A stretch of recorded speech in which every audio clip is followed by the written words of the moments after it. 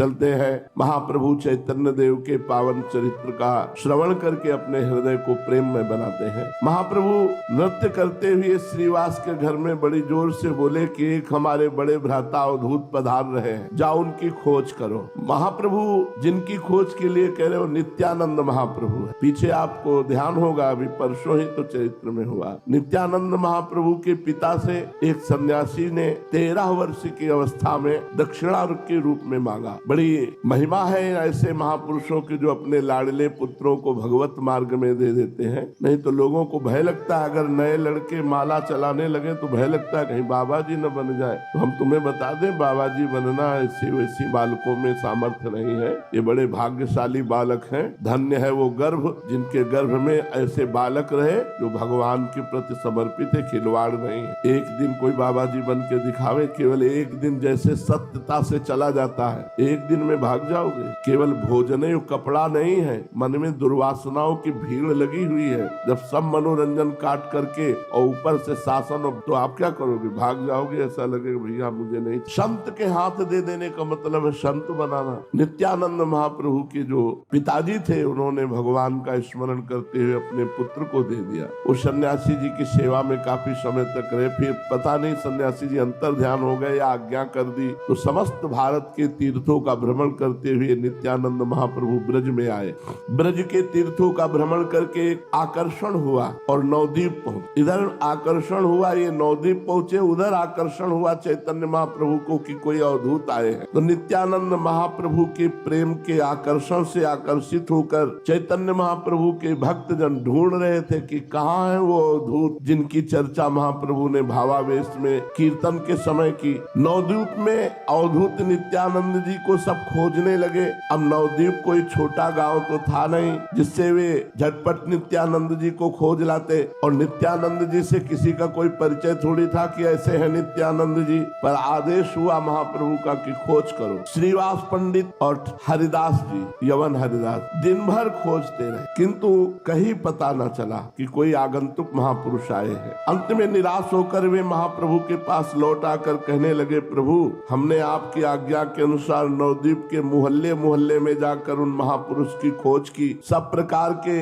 मनुष्यों के घरों में जाकर देखा, किंतु कोई पता नहीं चला। अब जैसी आज्ञा हो वैसा करें, जहाँ बतावे वहीं जाएं, किंतु हमें उनका कुछ भी पता नहीं है। कैसा रूप है, कैसा रंग है, कितनी अवस्था है, ऐसा कुछ पता नहीं। महाप्रभु इनकी बात सुनकर मुस्कुराए और सबकी ओर देखते हुए बोले, वो स्वयं जरूर यहाँ आ जाए। मुझे रात्रि में स्वप्न हुआ है कि वे महापुरुष जरूर यहाँ आ गए हैं, लोगों से मेरे घर का पता पूछ रहे हैं। अच्छा एक काम करो, हम सभी लोग चलते हैं ढूंढने के लिए। ये कहकर महाप्रभु उसी समय उठकर चल दिए। उनके पीछे गदाधर, श्रीवास आदि भक्तगण भी हो लिए। प्रभु उठकर सीधे वहीं गए। पंडित नंदनाचार्य जी के घर में नित्यानंद महाप्रभु रुके हुए थे। आचार्य के घर में जाकर देखा, दिव्य कांति युक्त महापुरुष अमृत तेजस्वी संपूर्ण घर को मानो प्रकाशित कर रहे हैं, और पद्मासन में बैठे थे नित्यानंद महाप्रभु। उनके मुखमंडल की तेजोमयी किरणों से ग्रीष्म के प्रभाकर की किरणों की भांति प्रखर प्रचंडता नहीं थी, शरद चंद्रमा की किरणों के समान शीतलता, शांतता और मनोहरता मिली हुई थी। गौरांग महाप्रभु ने भक्तों के सहित जाकर नित्यानंद महाप्रभु की चरण वंदना की और एक और चुपचाप बैठ गए। कोई किसी से बात नहीं कर रहा। नित्यानंद प्रभु निर्निमेष दृष्टि से गौरांग महाप्रभु के मुख चंद्र की ओर देख रहे हैं। भक्तों ने देखा पलकों का गिरना एकदम बंद है। दोनों महापुरुष, नित्यानंद महाप्रभु गौरांग महाप्रभु को देख रहे हैं, गौरांग महाप्रभु नित्यानंद महाप्रभु को। सभी स्थिर भाव से मंत्र मुग्ध की भांति नित्यानंद महाप्रभु की ओर देख रहे थे। प्रभु ने अपने मन में सोचा कि भक्तों को नित्यानंद जी की महिमा दिखानी चाहिए, इन्हें कोई प्रेम प्रसंग सुनाना चाहिए जिसके श्रवण से इनके शरीर में सात्विक भावों का उद्दीपन हो। इनके भावों का उदय होने से ही भक्त इनके मनोगत भावों को समझ सकेंगे। ये सोचकर महाप्रभु ने श्रीवास पंडित को कहा कोई श्लोक सुनाओ। प्रभु के मनोगत भाव को समझकर श्रीवास इस श्लोक को पढ़ने लगे।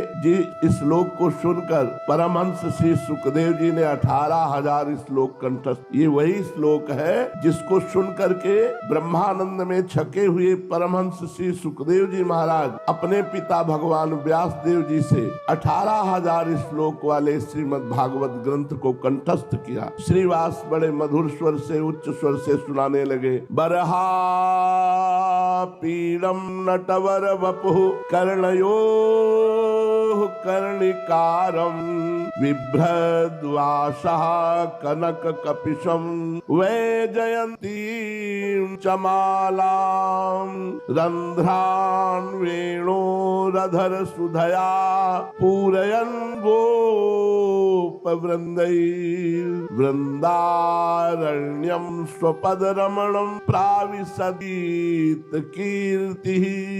श्रीमद् भागवत के 10वें स्कंद के इस श्लोक में कितना माधुर्य है। इसे तो संस्कृत साहित्यानुरागी सहृदय रसिक भक्त ही अनुभव कर सकते हैं। इसका भाव शब्दों में व्यक्त किया ही नहीं जा सकता। ब्रजमंडल के भक्तगण तो इसी श्लोक को श्रीमद् भागवत के प्रचार में मूल कारण बताते हैं। बात ये थी कि भगवान सुखदेव जी तो बाल्याकाल से ही विरक्त थे। वे अपने पिता भगवान व्यास देव जी के पास न आकर घोर जंगल में अवधूत वेश में विचरण करते थे। व्यास भगवान ने उसी समय श्रीमद् भागवत की रचना की थी। उनकी इच्छा थी कि श्री सुखदेव जी इस श्रीमद् भागवत का श्रवण करके दूसरों को सुनाएं, किंतु जितनी देर गौ दूही जा सकती है उतनी देर से अधिक कहीं श्री सुखदेव जी रुकते नहीं थे। 18,000 श्लोक वाली श्रीमद् भागवत को किस प्रकार पढ़ सकते। इसलिए व्यास देव जी को जो मन में भाव था कि सुखदेव जी श्रीमद् भागवत पढ़े, वो मन में ही दबी रही। व्यास देव जी के शिष्य घोर जंगल में समिधा कुश तथा फल फूल लेने जाया करते थे। एक दिन उन्हें इस बीहड़ वन में एक सिंह मिला। सिंह को देखकर वे लोग डर गए और आकर भगवान व्यास देव जी से कहने लगे, गुरुदेव अब हम घोर जंगल में नहीं जाया करेंगे। आज हमें सिंह मिला था, उसे देखकर हम सब के सब भयभीत हो गए। शिष्यों के मुख से ऐसी बात सुनकर भगवान व्यास देव जी कुछ मुस्कुराए और थोड़ी देर सोचकर बोले,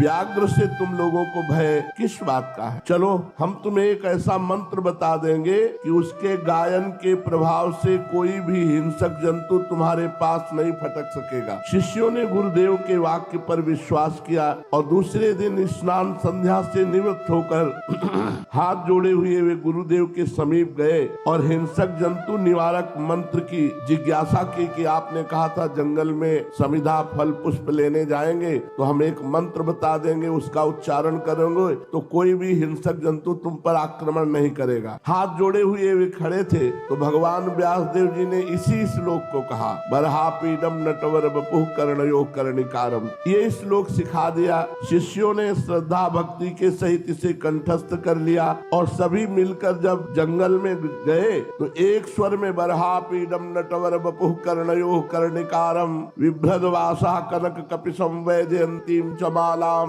रन्ध्रान् वेणोरधर सुधया पूरयन् गोपवृन्दैर्वृन्दारण्यं स्वपदरमणं प्राविशद गीत कीर्ति। ये श्लोक गान किया। जब मधुर स्वर में निर्जल जंगल में ऐसे जोर से कई ऋषि मिलकर के गान किए जो भगवान व्यास देव जी के शिष्य थे, तो अवधूत शिरोमणि श्री सुखदेव जी के कान में ये श्लोक पड़ा। मुग्ध हो गए इस श्लोक का अर्थ समझकर और शिष्यों से जाके पूछा, तुम लोग ये श्लोक कहाँ से सीखा। शिष्यों ने नम्रता पूर्वक उत्तर दिया, हमारे गुरुदेव भगवान श्री कृष्ण द्वैपायन व्यास देव जी ने इस मंत्र का उपदेश दिया है। इसके प्रभाव से हिंसक जंतु पास नहीं आ सकता। भगवान श्री सुखदेव जी इस श्लोक के भीतर जो छिपा हुआ अनंत और अमर बनाने वाला रस भरा हुआ था, उसे पान करके वे पागल से हो रहे थे। वे अपने अवधूतपन के सभी आचरणों को भुलाकर दौड़े दौड़े भगवान व्यास देव जी के समीप गए और उस श्लोक की पढ़ाने की प्रार्थना की। अपने विरक्त परमहंस पुत्र को को इस भांति प्रेम में पागल देखकर भगवान व्यास देव जी की प्रसन्नता का ठिकाना न रहा। वे श्री सुखदेव जी को एकांत में ले गए, धीरे से कहने लगे, बेटा मैंने इसी प्रकार 18,000 श्लोकों की परमहंस संहिता बनाई है, तुम उसका अध्ययन करो। इन्होंने आग्रह करते हुए कहा, नहीं पिताजी, हमें तो बस यही श्लोक बता दीजिए। भगवान व्यास देव जी ने इन्हें वही श्लोक पढ़ा दिया और इन्होंने उसी समय उसे कंठस्थ कर दिया। अब तो ये घूमते हुए उसी श्लोक को सदा गायन करने लगे। श्री कृष्ण प्रेम तो ऐसा अनोखा नशा है कि इसका जिसे तनिक भी चस्का लग गया वो कभी त्याग नहीं सकता। मनुष्य यदि छोड़ना भी चाहे तो भगवान का प्रेम उसे छोड़ने नहीं देता। श्री सुखदेव जी को श्री कृष्ण रसासव, श्री कृष्ण मधुमय मनोज्ञ मदिरा का चस्का लग गया। फिर वे अपने अवधूत पने के आग्रह को छोड़कर श्री व्यास जी के समीप जाकर श्रीमद् भागवत के पठन में संलग्न हो गए और सांगोपांग 18,000 श्लोक कंठस्थ किए। तभी भगवान व्यास देव जी कहते, आत्मा रामश्च मुनयो निर्ग्रंथा अपिरुक्रमे कुर्वन्त हेतुकीं भक्ति मिथ्यम भूत गुणो हरि। भगवान के गुणों में यही तो एक बड़ी भारी विशेषता है कि जिनकी हृदय ग्रंथि खुल गई है, जिनके सर्व संशयों का जड़मूल से छेदन हो गया है, जिनके संपूर्ण कर्म नष्ट हो चुके हैं, ऐसे आत्माराम मुनि भी भगवान के गुणों में अहेतु की भक्ति करते हैं। क्यों न हो, वे तो रसराज है ना। प्रेम सिंधु में डूबे हुए को किसी ने आज तक उछलते देखा नहीं। जिस श्लोक का इतना भारी महत्व है उसका भाव भी सुन लीजिए। गौवें चराने प्रभु जा रहे हैं, बरहा पीडम नटवर बपुः कर्णयो कर्णिकारम। गोपाल वृंदावन की ओर जा रहे हैं, साथ में ग्वाल बाल है। आज उन्हें न जाने क्या सूझी है कि कमनीय कीर्ति कन्हैया की निरंतर कीर्ति का बखान करते हुए सखा जा रहे हैं। सभी अपने कोमल कंठों से श्री कृष्ण का यशोगान कर रहे हैं। इधर ये अपनी मुरली की तान में मस्त हैं। संपूर्ण शरीर की गठन एक सुंदर नट के समान बड़ी ही मनोहर है। नटवर बपुः बरहा पीडम, सिर पर मोर मुकुट, और नटवर बपुः कानों में बड़े बड़े कनेर के पुष्प लगे हैं। कनक के समान, बिजली के समान, स्वर्ण के समान जिसकी कांति ऐसा पीतांबर धारण की है। शरीर श्याम सुंदर है, श्याम शरीर है। बरहा पीडम नटवर बपुः कर्णयो कर्णिकारम बिभ्रदवासा कनक कपिशम वैजयंतीम चमालम, वैजयंती माला धारण किए हुए हैं और आंखों की भ्रकुटियों को चढ़ाए हुए टेढ़े होकर बंसी के छिद्रों को अपने अधरामृत से पूर्ण करने में तत्पर हैं। उन छिद्रों में से विश्व मोहिनी ध्वनि सुनाई पड़ रही है। पीछे पीछे ग्वाल बाल यशोदानंदन का यशोगान करते हुए जा रहे हैं।